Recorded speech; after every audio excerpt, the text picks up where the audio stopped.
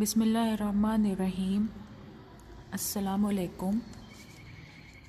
Dear students, yesterday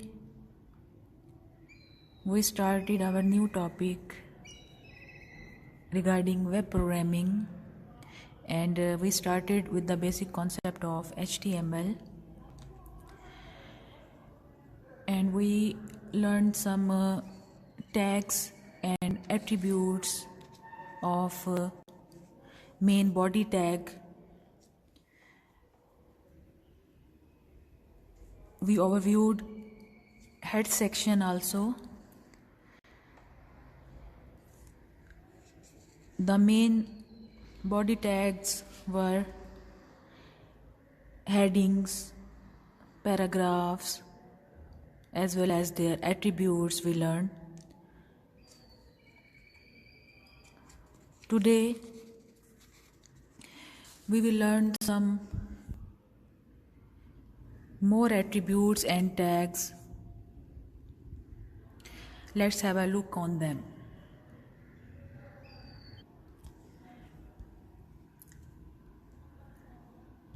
The topics that we will cover today will be line breaks, horizontal line, text formatting, fonts, big and small tags, pre-formatted text, spaces, div tag, span tag, marquee tag, and HTML comments. So we start from line breaks. Line breaks are used to decide where the text will break on a line or continue to the end of the window. इसका क्या मतलब है कि अगर आप line break का use करते हैं तो आपका टेक्स्ट जो है वो कहाँ तक चलेगा और उसके बाद आपकी नेक्स्ट लाइन स्टार्ट होगी। तो उसके लिए हम BR टैग का यूज़ करते हैं। The BR tag is used to end a line without inserting a new paragraph. यानी अगर आप चाहते हैं एक ही पैराग्राफ में रहते हुए आप एक लाइन को एक ख़ास लेंथ तक रखना चाहते हैं और आप कहते हैं कि अगली लाइन जो है वो नेक्स्ट लाइन से स्टार्ट हो, वहीं से स्टार्ट ना हो, तो फिर आप BR टैग का यूज़ करते हैं। और इसका कोई क्लोजिंग टैग नहीं होता, इसका सिर्फ स्टार्टिंग टैग ही होता है। जैसे आप अगर देखें कि एक आपके पास सेंटेंस 1 है, एक सेंटेंस 2 है, तो जब ये हमारे ब्राउज़र पे अपेयर होंगे, ये हमारा वेब ब्राउज़र है लेट्स से, तो ये किस तरह से अपेयर होंगे, दोनों टेक्स्ट सेंटेंस 1 सेंटेंस 2 इस तरह से अपेयर होते हैं। लेकिन अगर हम चाहते हैं कि सेंटेंस 1 जो है ये एंड हो जाए और सेंटेंस 2 जो है वो अगली लाइन पे आए हमारे वेब ब्राउज़र में, तो फिर हम क्या करेंगे, सेंटेंस 1 के बाद BR का टैग लगा देंगे। तो फिर क्या हमारी आउटपुट आएगी, सेंटेंस 1 ऊपर आएगा और सेंटेंस 2 नीचे आ जाएगा। ये जब हम अपने टेक्स्ट एडिटर में लिख रहे होते हैं तो ये ज़रूरी नहीं कि अगली लाइन पे ही हो, ये इस तरह भी हो सकता है हमारा टेक्स्ट एडिटर में सेंटेंस 1 सेंटेंस 2 ये 2 सेंटेंसेस हैं, तो हम फिर इनको अलग करने के लिए, यानी सेंटेंस 2 हम कहेंगे कि नेक्स्ट लाइन पे आए, तो फिर हम क्या करेंगे कि BR मैं सेंटेंस 1 के बाद लगा दूँगी टैग और सेंटेंस 2 वैसे ही होगा, इनके बीच में BR का टैग। ये क्या करेगा कि इसको आउटपुट स्क्रीन पे यानी वेब ब्राउज़र में इसको नीचे शिफ्ट कर देगा, जैसे कि ये हुआ है।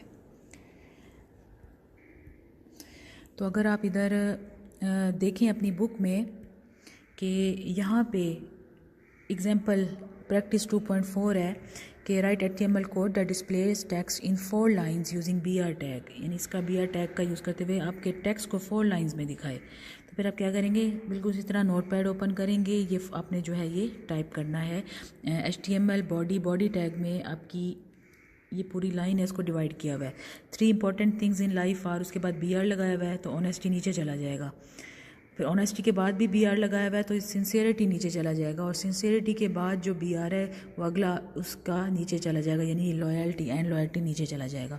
तो आप ये आउटपुट स्क्रीन पे ये आप देख रहे हैं कि इस तरह से अपेयर हो रहा है।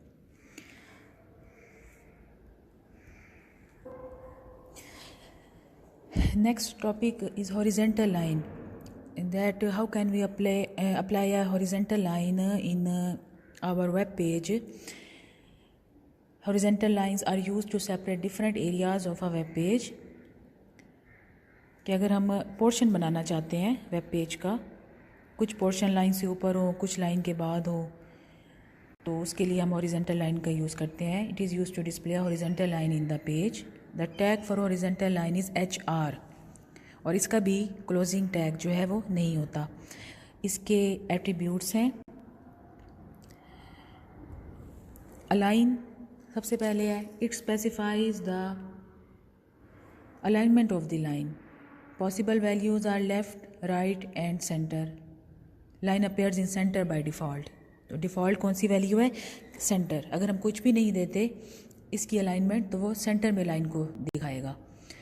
उसके बाद एट्रीब्यूट आता है size, it specifies the size of the line, the default size is 2 pixels, कि लाइन कितने साइज़ की आएगी वो हम डिफ़ॉल्ट 2 पिक्सल्स है, हम इसको अगर एक्सटेंड करना चाहें तो यहाँ पे हम लेंथ दे देंगे। विड्थ क्या है, it specified the width of line, कि चौड़ी हमारी लाइन कितनी होगी। Size can be given in pixels और परसेंटेज, अगर हम साइज़ मेंशन करना चाहते हैं उसकी चौड़ाई का तो वो पिक्सल्स में या परसेंटेज में हम दे सकते हैं। The width of the line is according to the width of web page by default, तो वो वेब पेज को देखते हुए उसकी विड्थ जो है वो उसके अकॉर्डिंग जो है वो सेट हो जाती है।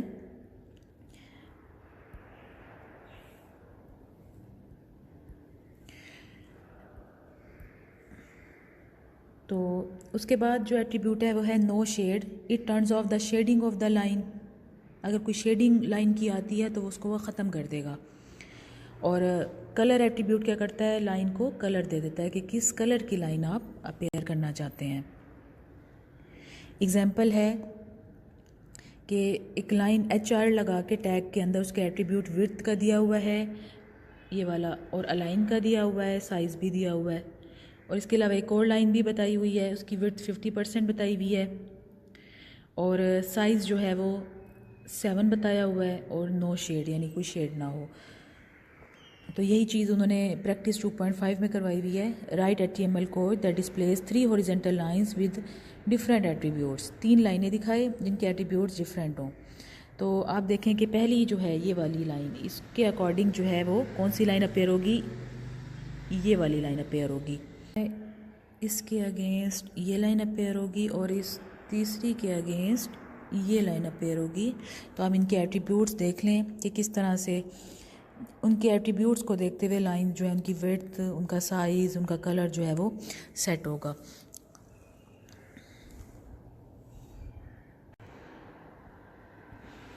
उसके बाद टेक्स्ट फॉर्मेटिंग आता है कि आपने अपने टेक्स्ट की फॉर्मेटिंग किस तरह करनी है। जिस तरह वर्ड डॉक्यूमेंट में आप फॉर्मेटिंग करते हैं, बोल्ड करना चाहते हैं टेक्स्ट को, तो बोल्ड के लिए हमारे पास B का टैग है। अगर आप इटैलिक करना चाहते हैं तो I का टैग है। बिल्कुल उसी तरह वर्ड में भी B होता है, I होता है।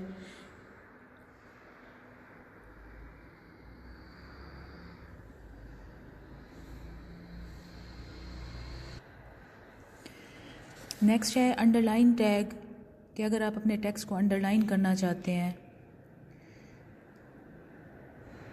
सुपरस्क्रिप्ट,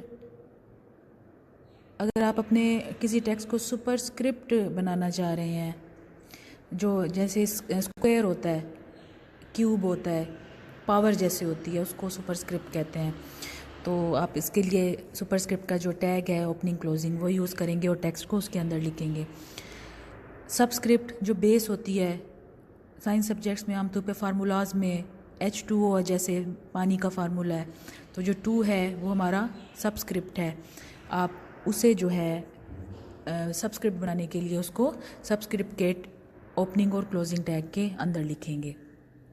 प्रैक्टिस है 2.6 जो आपके टेक्स्ट फॉर्मेटिंग से रिलेटेड है, तो इसको आपने जो है अप्लाई करना है।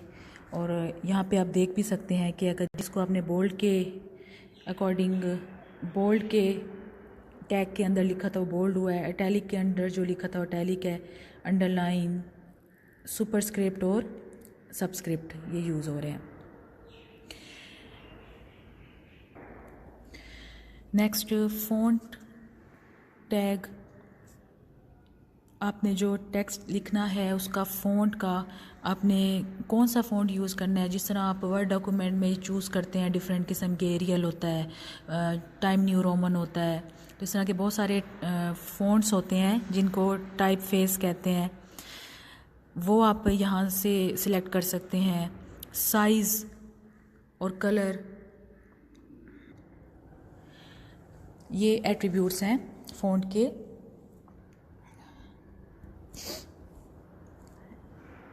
फेस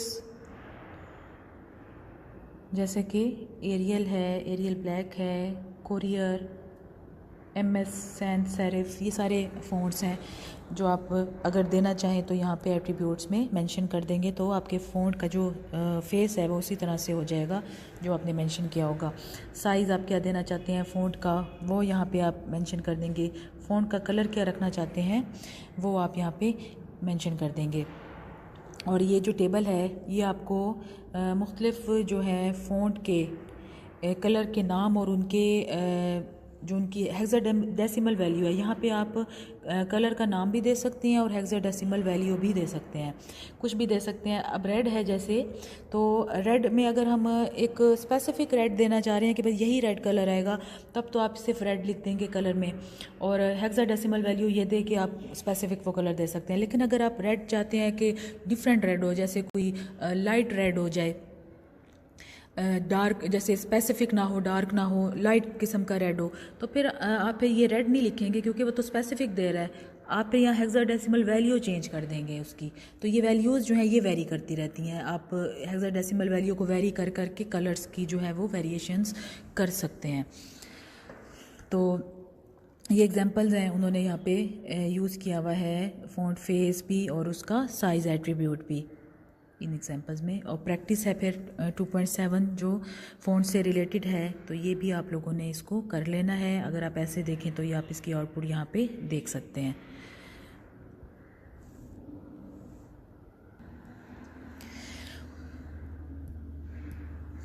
नेक्स्ट है बिग एंड स्मॉल टैग्स, कि अगर आप अपने टेक्स्ट को थोड़ा सा दूसरे टेक्स्ट के मुकाबले में बड़ा दिखाना चाहते हैं तो आप बिग का टैग यूज़ कर लेंगे।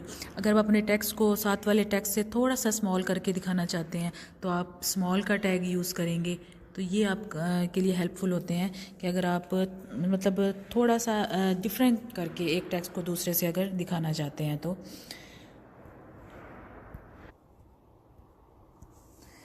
ये इससे रिलेटेड जो है एग्जाम्पल के साइज़ थोड़ा सा बड़ा करके और थोड़ा सा वन साइज़ स्मॉलर करके देखना चाह रहे हैं नॉर्मल साइज़ से, तो आप ये एग्जाम्पल अप्लाई कर सकते हैं।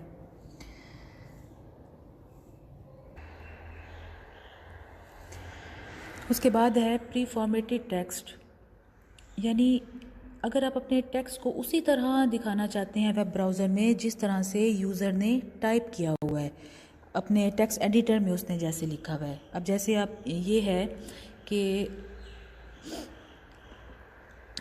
आपका ये यूज़र ने लिखा है आपके टेक्स्ट एडिटर में नोट पैड में, उसके बाद स्पेस दे के ये लाइन लिखी हुई है और फिर नेक्स्ट लाइन पे ये लिखा हुआ है, तो इसको हमने PRE टैग, प्री टैग के अंदर अंदर हमने इसको लिखा है। तो ये प्री टैग क्या करेगा, जैसा यूज़र ने लिखा है उसको वैसा ही वेब ब्राउज़र पे शो करेगा, चाहे हमने बीच में लाइन ब्रेक भी दी हुई हो।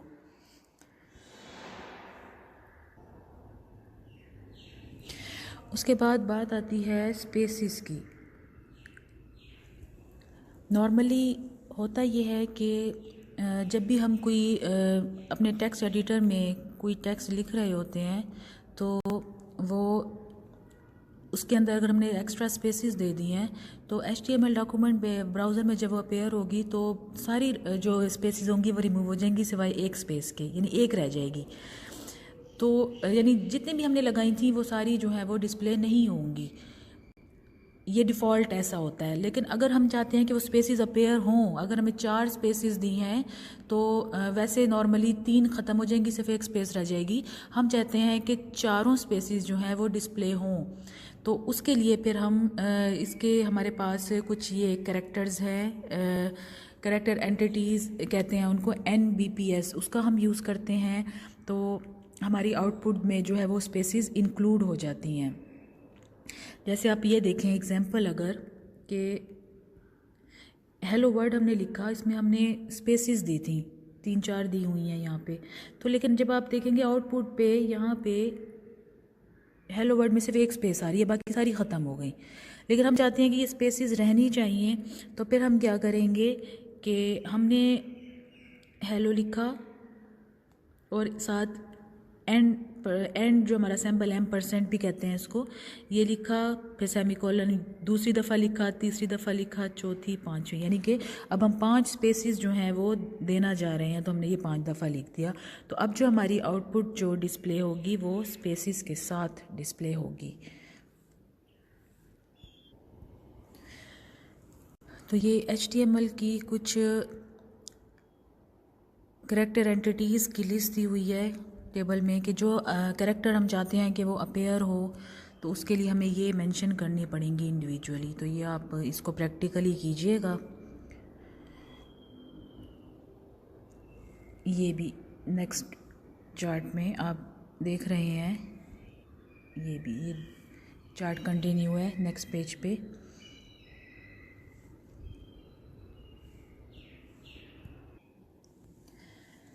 नेक्स्ट हमारे पास आता है div टैग।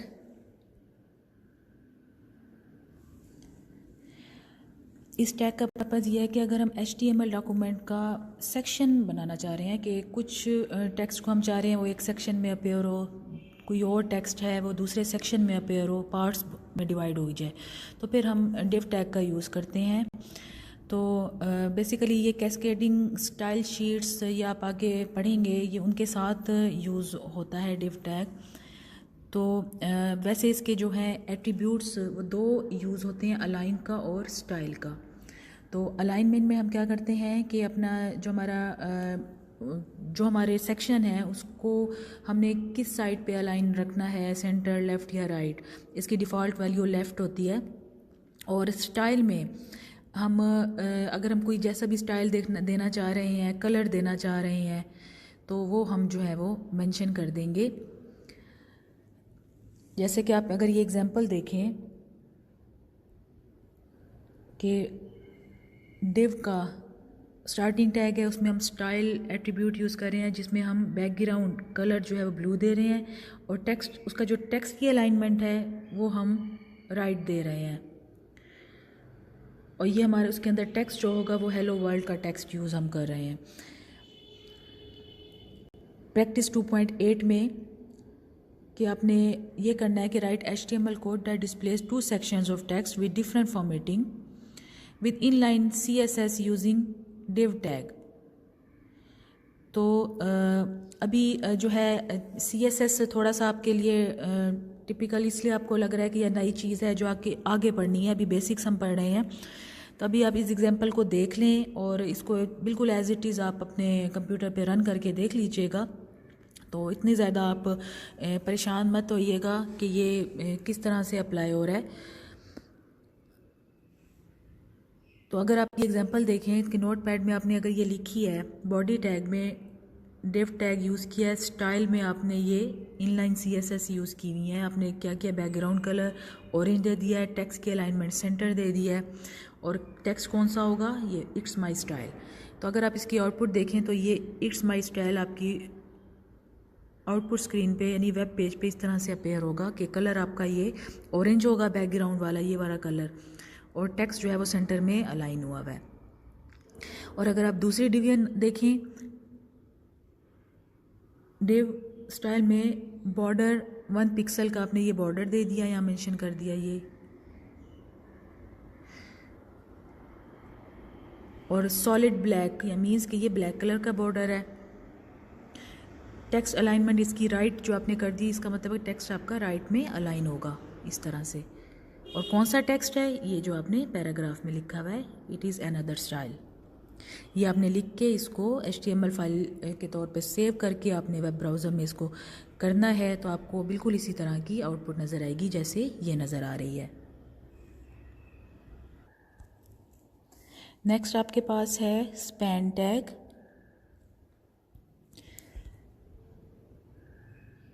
स्पैन टैग का आप यूज़ करते हैं कि अगर आप अपने HTML डॉक्यूमेंट में अगर आप एक पैराग्राफ लेट से आपका यूज़ हो रहा है, तो उस पैराग्राफ में डिफरेंट टेक्स्ट को आप डिफरेंट की कैरेक्टरिस्टिक्स चेंज करना चाहते हैं, डिफरेंट टेक्स्ट की फॉर्मेटिंग चेंज करना चाहते हैं, तो आप स्पैन टैग का यूज़ करते हैं।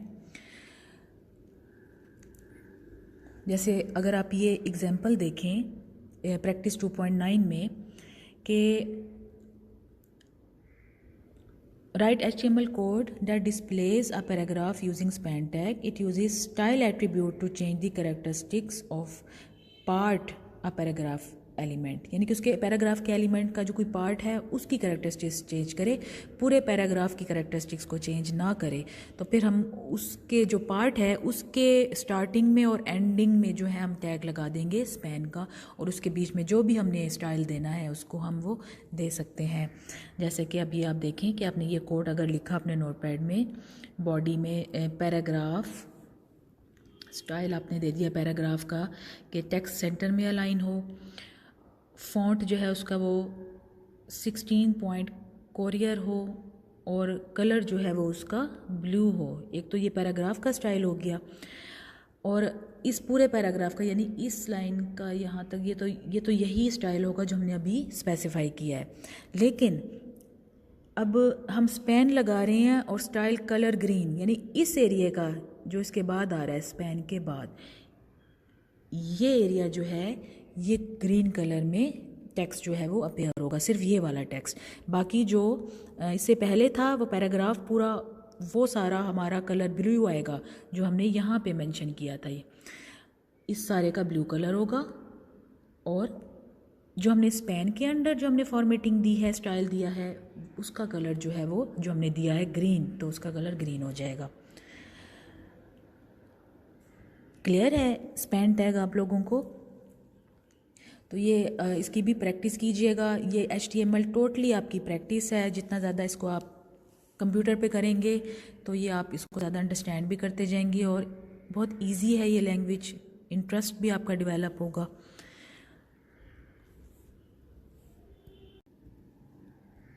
नेक्स्ट आपके पास आता है मार्की टैग। तो मार्की टैग का ये यूज़ है कि आप अपने टेक्स्ट को एनिमेटेड बनाना चाहते हैं या उसको स्क्रॉल करवाना चाहते हैं। आमतौर पे टेक्स्ट आपका मार्की टैग से हॉरिजेंटली स्क्रॉल होता है, यानी वो मूव करता है, लेफ़्ट से स्टार्ट होता है, राइट की तरफ जाता है। तो आप अगर इस तरह का टेक्स्ट आमतौर पे अनाउंसमेंट के लिए हम वेबसाइट के ऊपर लगा देते हैं, तो या टेक्स्ट आपका अगर ब्लिंक करना चाहे, एक ब्लिंकिंग टैग भी होता है, ब्लिंक का टैग, जो कि नेटस्केप नेविगेटर तो उसको सपोर्ट करता है, लेकिन इंटरनेट एक्सप्लोरर जो है वो उसको सपोर्ट नहीं करता, उससे टेक्स्ट आपका ब्लिंक करता है।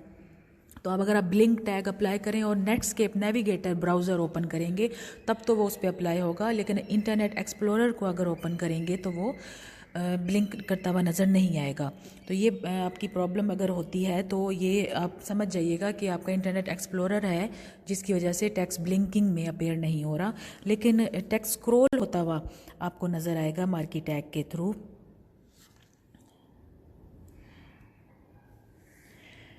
तो ये इसके एट्रीब्यूट्स हैं मार्की टैग के: behaviour, BG colour, next page पे direction, height, H space, loop, scroll delay, scroll amount, width, V space. ये आपने इनको प्रैक्टिकली ख़ुद से अप्लाई करना है, ये आपकी असाइनमेंट है, इसको आपने डिफरेंट वे में अप्लाई करके और मुझे जो है इसका फ़ीडबैक देना है। फर्दर ये आपकी प्रैक्टिस 2.10 भी इसी से रिलेटेड है। इसी एग्जाम्पल को आप टाइप कर लीजिएगा और ऊपर वाले जो एट्रीब्यूट्स हैं इसी एग्जाम्पल में एम्बेड करके अप्लाई कीजिएगा।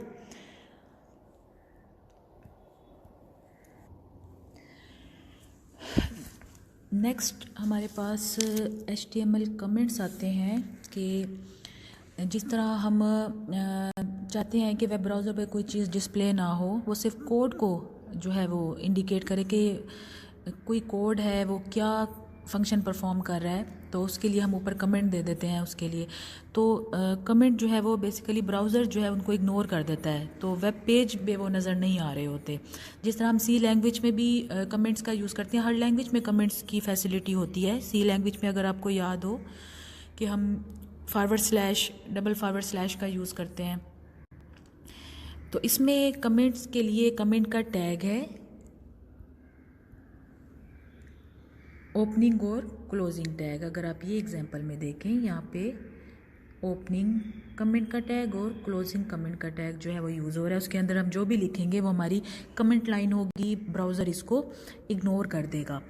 और दूसरा एक हमारे पास वे है कमेंट देने का कि अगर आप लेस देन का सिंबल, एक्सक्लेमेशन और 2 दफ़ा आप डैश अगर आप अप्लाई करें, उसके बाद आप जो भी लिखेंगे और उसके बाद लिखने के बाद क्लोज करेंगे डैश, 2 दफ़ा डैश और लार्जर देन, ग्रेटर देन का जो सिंबल होता है ये अगर यूज़ करें, तो यानी ये सिंबल और ये सिंबल, इसके बीच में आप जो भी लिखेंगे वो भी कमेंट कंसीडर होता है। तो ये 2 तरीके हैं HTML में कमेंट्स देने के जो आप यूज़ कर सकते हैं। तो आज का हमारा जो है HTML का टॉपिक यहीं पे एंड करते हैं। आपका chapter number 2 introduction to HTML complete हो गया है। तो इंशाल्लाह नेक्स्ट लेक्चर में हम नेक्स्ट टॉपिक में नेक्स्ट चैप्टर स्टार्ट करेंगे। तो ये आपका पूरा चैप्टर कंप्लीट है। आपने मुझे फीडबैक देना है। जो असाइनमेंट आज मैंने आपको दी है वो असाइनमेंट आपने कंप्लीट करके मुझे बतानी है। तो मिलते हैं कल तक के लिए। अल्लाह हाफिज़।